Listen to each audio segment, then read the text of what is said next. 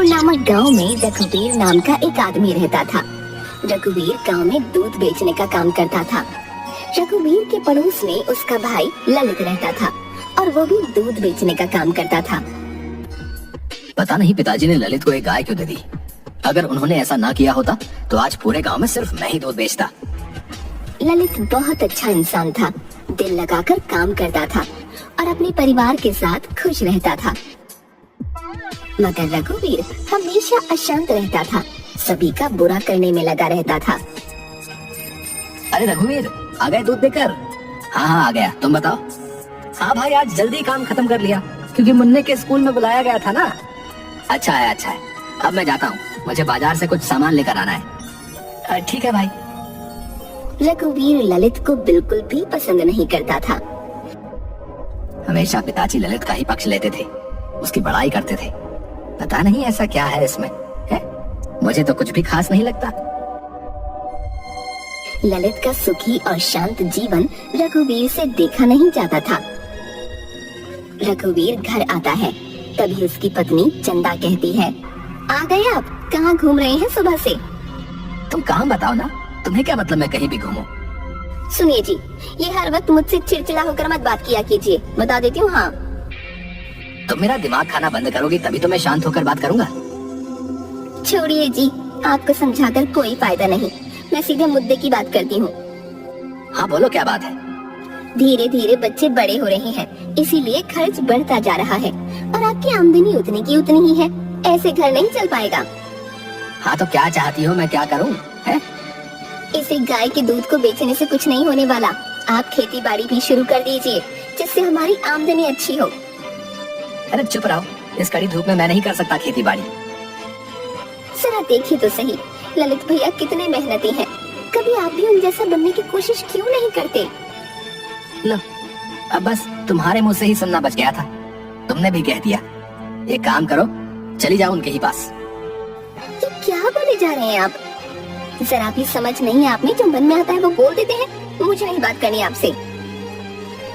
चंदा गुस्सा होकर वहाँ से चली जाती है। पता नहीं ऐसा क्या देख लिया इस चंदा ने ललित में, जो ये भी ललित का गुणगान गाने लगी। कुछ ना कुछ तो सोचना ही पड़ेगा। रघुवीर आमदनी बढ़ाने के बारे में सोचने लगता है। कोई तरीका नहीं मिल रहा जिससे आमदनी बढ़ जाए और मुझे खेत पर काम ना करना पड़े। रघुवीर गाय का दूध निकालता है और उसे लेकर सभी के घर देने जाता है। एक काम करता हूँ, जब दूध देने जाऊंगा तब सभी के घर से कुछ न कुछ चुरा लूंगा। रघुवीर ऐसा ही करता है। जिस भी ग्राहक के घर दूध देने जाता था, सभी के घर कुछ न कुछ चोरी कर लेता था और उन्हें बेच देता था। इस काम से भी कुछ खास पैसे नहीं मिल रहे हैं। इन छोटे मोटे सामानों को बेचकर 100-200 मिल पाते हैं। इसमें क्या होगा? कुछ बड़ा सोचना होगा। सभी को दूध देकर जब रघुवीर घर वापस आ रहा था, तभी उसकी नजर ललित पर पड़ती है। ललित एक ग्राहक को दूध दे रहा था। लीजिए भाई जी, 2 लीटर दूध। लाओ भाई लाओ। वैसे एक बात तो माननी पड़ेगी भाई, हैं? तुम बहुत ही अच्छा दूध देते हो भाई। मेरे घर में सभी लोग तुम्हारे दूध को बहुत पसंद करते हैं भाई। बस मिलावट वाला काम मैं नहीं करता, बाकी तो मेरी गाय है ही अच्छी। समझ लीजिए बस पिताजी का आशीर्वाद है। ठीक है भाई, ठीक है। अब मैं चलता हूँ, कल भी 2 लीटर दूध मेरे लिए रखना, ठीक है? हाँ जी जरूर। ललित साइकिल लेकर आगे बढ़ता है। अरे रघुवीर, तुम भी दूध देकर आ रहे हो क्या? हाँ, अभी थोड़ी देर पहले काम खत्म हुआ है, अब घर जा रहा हूँ। चल मैं भी घर ही जा रहा हूँ। रास्ते भर रघुवीर बहुत खुश था। घर आकर वो सोचता है, वाह, एक तरीका मिल गया जिससे मैं अच्छी कमाई कर पाऊंगा। अगले दिन रघुवीर बहुत जल्दी उठ जाता है, अपनी गाय का दूध निकाल लेता है और ललित के घर में झांक झांक कर देखने लगता है। जैसे ही ललित दूध निकाल कर अंदर जाता है, रघुवीर ललित के घर में घुस जाता है और उसके बर्तन से आधा दूध निकाल कर अपने पास रख लेता है और बाकी में पानी मिलाकर वहाँ से भाग जाता है। ललित अंदर से आता है। चलो दूध देकर आता हूँ। रघुवीर पहले की ही तरह अपने सभी ग्राहकों को दूध दे देता है और साथ ही ललित के पास से चुराया हुआ आधा दूध घूम घूम कर बेच देता है। वाह, क्या दिमाग लगाया मैंने। इस तरीके से तो अभी मेरी अच्छी कमाई होगी। साथ ही आने वाले दिन में ललित के ग्राहक भी कम होंगे और वो भी मेरे पास ही आएंगे। ग्राहक बढ़ जाएंगे तो अभी से भी ज्यादा पैसे आएंगे हैं। ललित पर वर्षों से भरोसा होने के कारण कोई भी ग्राहक ललित से दूध की शिकायत नहीं कर रहा था। अब तक लोगों ने ललित से दूध की शिकायत करनी क्यों नहीं शुरू की? लगता है मेरी ये योजना काम नहीं आई। अब कुछ और करना होगा।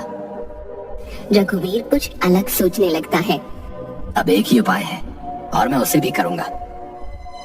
रघुवीर सुबह सुबह ललित के दूध में जहर मिला देता है और भाग जाता है। ललित सभी को दूध देकर आता है।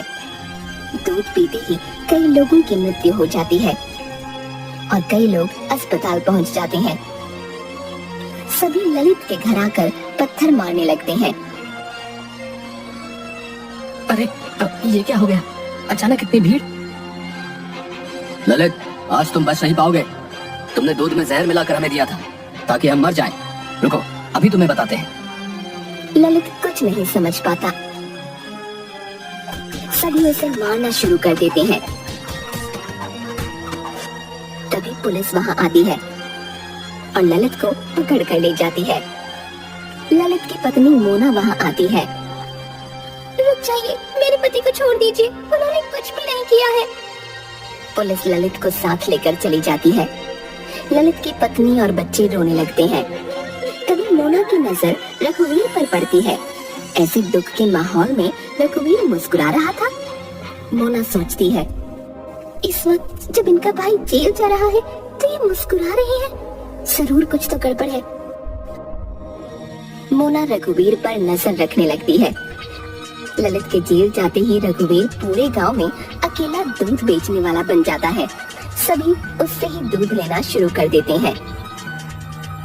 वाह, मजा आ गया। ललित जेल में पड़ा है और मैं यहाँ दुगनी कमाई कर रहा हूँ। आजकल रघुवीर हर वक्त खुश नजर आता था और हर रोज पैसे गिना करता था। अब बोलो चंदा, क्या बोलना चाहती हो? देखो तो जरा कितनी कमाई हो रही है। हाँ जी, तो कमाल ही हो गया। आप इतनी अच्छी कमाई कर रहे हैं, इसी खुशी में क्या मैं मायके से हो आऊं? हाँ, क्यों नहीं? जाओ, मैं बहुत खुश हूँ। जहाँ घूमना चाहो वहाँ घूम कर आओ। ये लो पैसे रखो, कुछ चाहिए होगा तो खरीद लेना। चंदा मायके जाने से पहले मोना के पास आती है। भाभी, मैं कुछ दिनों के लिए माँ के घर जा रही हूँ। तब तक आप इन्हें रोज रात का खाना दे दीजिएगा। सुबह का खाना पड़ोस वाली दिया करेगी। अच्छा, ठीक है। रात के वक्त मोना रघुवीर के लिए खाना लेकर आती है तो देखती है रघुवीर नशे की हालत में है। अरे भाभी जी, आप यहाँ? हाँ, खाना देने आई हूँ। ओ, रख दीजिए। वैसे आपको तो ललित की बहुत याद आती होगी है? बेचारा गया जेल। और कौन भेजा उसे जेल? मैं।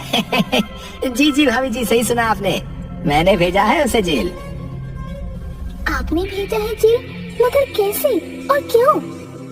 अरे भाभी जी, आप भी ना कुछ समझती नहीं है?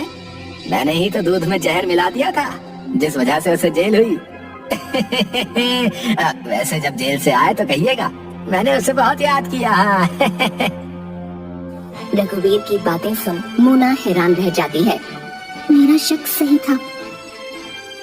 जब मोना वहाँ से निकल रही थी तभी उसकी नजर एक बोतल पर पड़ती है। वो बोतल जहर की थी। अच्छा, तो यही जहर रघुवीर जी ने दूध में मिलाया था। कौन है इस गांव में जो जहर बेचता है? मिलना पड़ेगा उससे। अगले दिन मोना उस आदमी से मिलती है जो गांव में जहर बेचता था। इसके बाद वो सरपंच के पास आती है। सरपंच जी, मेरे पति बेगुनाह है, उन्हें फंसाया गया है। किसने फंसाया है उसे? आप सभी गांव वालों को बुलाइए, सबके सामने ही सारी बात होगी। सभी गांव वालों को बुलाया जाता है। रघुवीर भी वहाँ आता है। सरपंच जी, मेरे पति को फंसाने वाला कोई और नहीं बल्कि रघुवीर जी है। ये सुन सभी हैरान रह जाते हैं। अरे ऐसा कैसे हो सकता है? ये तो ललित का भाई है। आइए भैया जी, यहाँ सबके सामने आइए और बताइए कि ये जहर की बोतल आपसे किसने खरीदी थी? ये जहर की बोतल रघुवीर जी ने मुझसे खरीदी थी। सरपंच जी, जिस दिन इन्होंने जहर खरीदा ठीक उसके अगले दिन गांव में ये हुआ था। रघुवीर बहुत डर जाता है। क्यों रघुवीर, क्या सच्चाई है, जरा सामने आकर बताओ। रघुवीर डरता हुआ आता है। माफ कर दीजिए सरपंच जी, ज्यादा पैसों के लालच में मैंने ये सब किया। मैंने सोचा ये करने के बाद मेरी कमाई बहुत अच्छी होगी। अभी के अभी इसे जेल भिजवा दिया जाए, साथ ही ललित को छोड़ दिया जाए। और हाँ, गांव में जहर बेचना बंद करो। आज के बाद कभी किसी ने ऐसा किया तो कड़ी से कड़ी सजा मिलेगी। रघुवीर को गिरफ्तार कर लिया जाता है और ललित को छोड़ दिया जाता है। सभी गांव वाले ललित से माफी मांगते हैं और वापस ललित से दूध लेना शुरू कर देते हैं।